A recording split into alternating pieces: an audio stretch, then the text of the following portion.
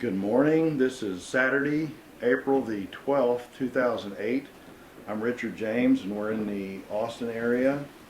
I'm continuing. This will be the fifth of the video series about bounty hunting. A brief recap.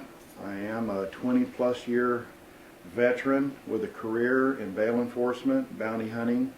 I have close to 5,000 arrests, as I say, under my belt, where I've made individual criminal charge arrests on individuals through the laws that prevail federally and through the state of Texas for enforcement. When somebody jumps a bond and runs, they become a fugitive, and that gives me the power to go and make the arrest and bring them back to jail.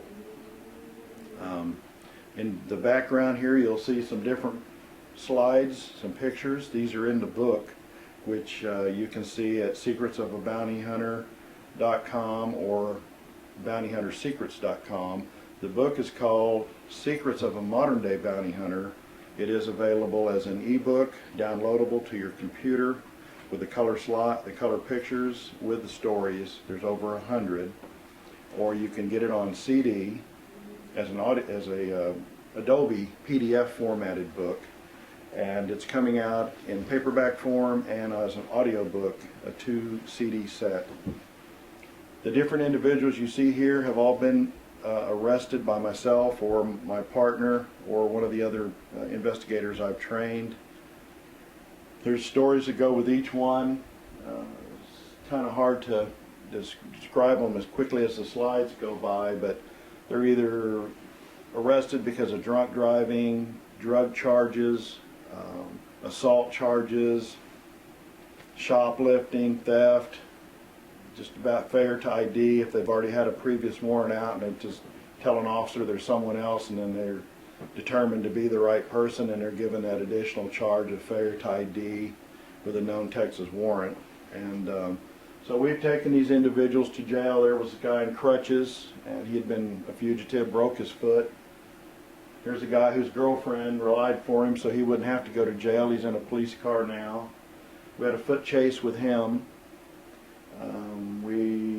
This one's another one. We had to chase him down, and his parents came out to protect him and got in our faces. That's my almost lifetime partner in bail enforcement, childhood friend. This is starting our day. We're already tired because we've had a lot of hours. This one's a drunk. You got a lot of drunk driving charges. This one was a methamphetamine user in a drug house.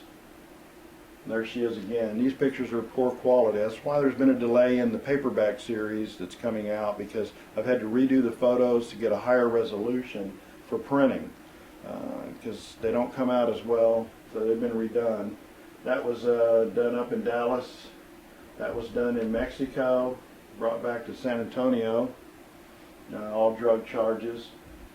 I don't remember his charge. You can see he's smiling.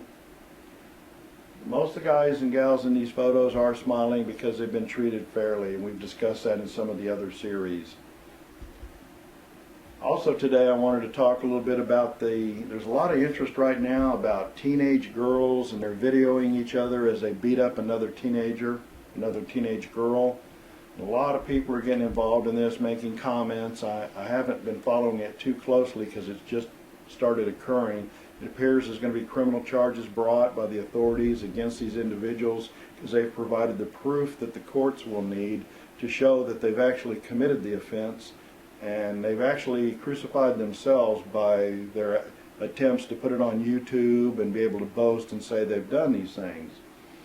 I recently, well, through the years, I've had cases where teenagers, girls and guys, get into it. But the last one I just had was two girls were fighting over their boyfriend. And they were duking it out big time, and they drew blood. I mean, they were bashing and cutting each other, and whatever it took, they were going to take the other one out completely.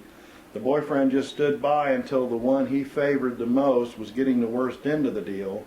Then he jumped in and he beat the opposing girl, and he beat her bad. He put her in the hospital, and I will probably later in the series have some of those photos, because we have some before and after photos of the girl that was the worst beaten in this case. And then he took the girlfriend that he wanted out of the two and left. So eventually the charges were brought. They usually refer to it as a post-indictive fugitive warrant, because he left and then the charges were brought against him and then a warrant issued, and we were the ones to make the first time arrest for him to face those, to be taken in and face those charges and have a bond posted. That's a wife of a guy who was upset because her husband knocked her down to get away from us, and then she had a warrant, had to go to jail as well. This is another drug charge, marijuana, if I remember. This is a child molester. He'd roamed all over the U.S., Mexico, finally came home. It's one of the investigators. I like to cut up in my photos because I keep the stress down as best as possible, because you can't take this all too seriously.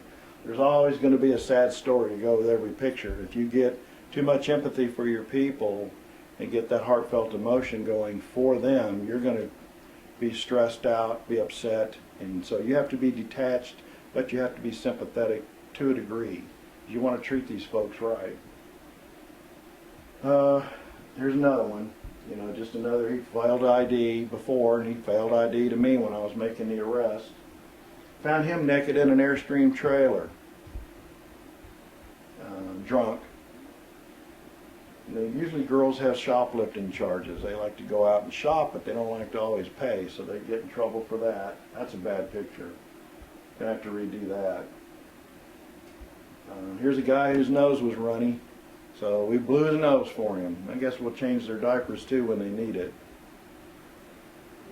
Here we had to put a guy up overnight because the sheriff's department wouldn't take him because he was out of county warrant. It wasn't on TCIC, so we had to wait till the next morning, put him up in a motel, feed him. He wanted to make some phone calls to friends to tell him he was going into jail, and then the next morning we surrendered him to the sheriff once they could see it on their computer screen that he indeed had a warrant. The town he was out of was small enough that they couldn't verify it by phone because they had actually closed the police and sheriff's department at night, and no one was there to admit the fact that he had an active warrant. But by the time the next morning came, it was on TCIC anyway. He's a drug dealer for the Mexican Mafia in San Antonio. That's me when I was about 15. That's in one of the chapters.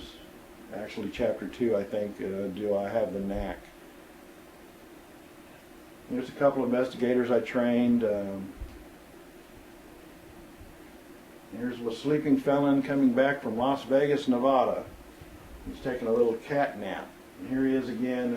We stopped to pick up a second fugitive, and he just got out to stretch while we made the arrest. And that's a Mexico shot. We had taken him out of Mexico on a 250 pounds of marijuana charge. Another drug charge. The majority of them are drug charges. He was getting on a bus to go to Idaho with a one-way ticket, and I took him off before he got on the bus. My partner and I did. I sometimes talk in the singular, but we always make our arrests in pairs. We never do it individually. So if I slip and say I, there was a team effort of two. He got to eat turkey and dressing in the jail instead of at his brother's. I'm sure that was another drug charge. He was on PCP and actually drugged Hammer across a parking lot while he was in handcuffs.